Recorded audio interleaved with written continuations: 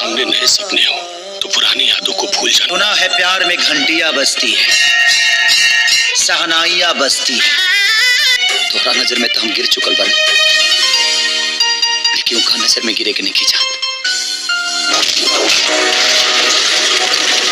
तो जी हाँ दोस्तों, खेसारी लाल यादव की संघर्ष 2 का फिल्म का रिलीज डेट आ चुका है।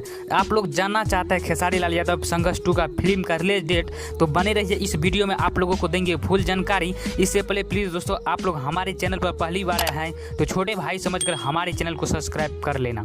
दोस्तों, खेसारी लाल यादव का इस फिल्म का खुलासा हो चुका है जो कब रिलीज होगा। तो दोस्तों बता दें कि इस फिल्म का जल्द ही आप लोगों को टीजर देखने के लिए मिलेगा 10 से 12 दिन के अंदर ही।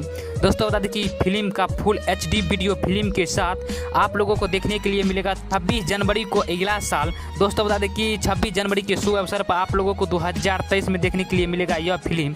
तो दोस्तों अभी 2 से 2.5 महीना लेट है इस फिल्म को रिलीज होने में, और दोस्तों टीचर आप लोगों को जल्द ही देखने के लिए मिलेगा 12 से 13 दिन के अंदर ही। तो आप लोग टीचर को देखिएगा और फिल्म को 26 जनवरी के शुभ अवसर पर 2023 में जरूर देखिएगा।